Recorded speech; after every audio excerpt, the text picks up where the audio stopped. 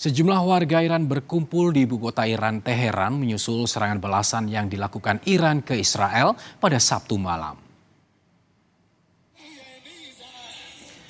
Mereka menyuarakan dukungan terhadap serangan drone dan misil yang ditujukan ke Israel.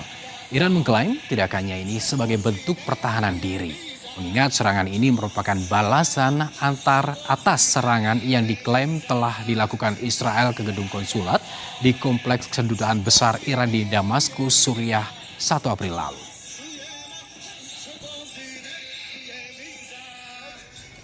Serangan Israel ke gedung konsulat di kompleks kedutaan besar Iran di Damaskus, Suriah awal April lalu menewaskan 7 orang termasuk diantaranya 2 jenderal. Pemerintah Iran menyatakan serangan tersebut sebagai pelanggaran berat terhadap konvensi internasional yang melindungi misi diplomatik. Saat itu pihak Iran menyatakan akan mengambil tindakan tegas terhadap serangan itu.